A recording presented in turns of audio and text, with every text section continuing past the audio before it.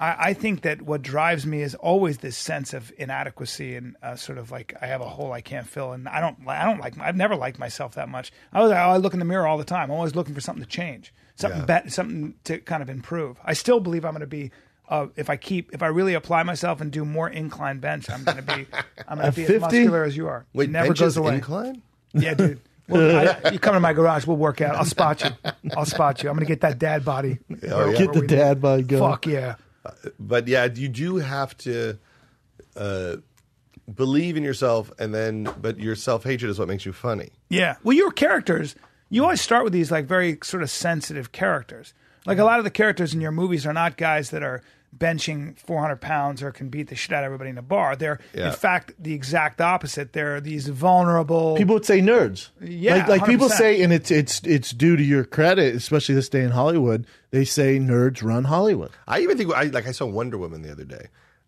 I even think they made a point of making her a nerd. Mm-hmm. That was part of it, that she's all-powerful, but also... weird with the guy she likes, and she's awkward. She doesn't fit in the city, and I think that the truth is I think everyone feels that way. Some people can overcome it to a certain extent.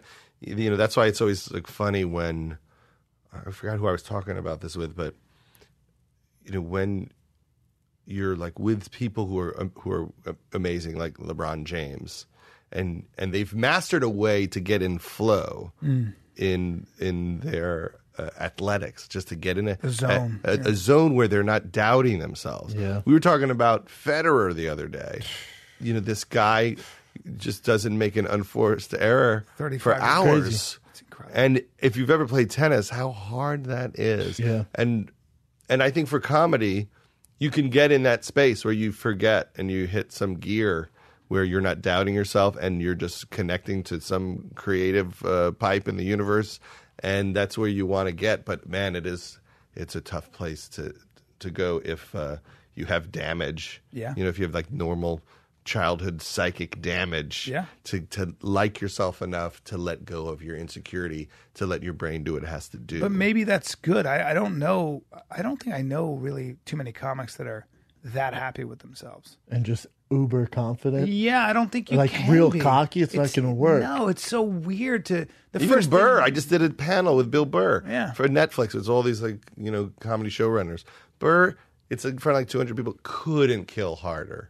And the second it ends, he's just like, those people hate me. And I'm up there going, I'm so unfunny. Look how funny Burr is. Yeah. And he's walking off going, yeah, that wasn't good. Yeah. I remember we did the Ice House, and he was like, and I go, what? He goes, just this time of my, I'm starting new stuff. It's always so dicey. I was like, Bill, you just fucking destroyed. like there's nothing left. They had to bring ambulance stuff to bring people and bring them out on stretchers from laughter. And I'm always amazed at his energy on stage. I did a Largo with him a few months back. He's just has the most focused, intense energy. He is not half-assing it. Intense. He's never lost his outrage. It's so Bill committed. Burr always has outrage, generally, at the world. There's like this angry intensity about him. It's an outrage. I've never laughed so hard at a comedian. We're on the same bill at the Comedy Store. I get done. I'm like, I got to see Burr, man. So I went in the crowd and just stood in the back. I was laughing so hard. I had tears coming out of my eyes, man. Yeah. It's remarkable because it's also just discipline to get in a headspace to care that much. Yeah, because you could walk through it so especially easily. as you make money and you have celebrity and you're flying first class or whatever it is. He's doing very well. He's like our Beyonce. Yeah. Like when you watch Beyonce, a Boston pale Beyonce. There's not one wasted movement. Like you watch her, like I saw her in concert. It's memorizing. There's so much choreography.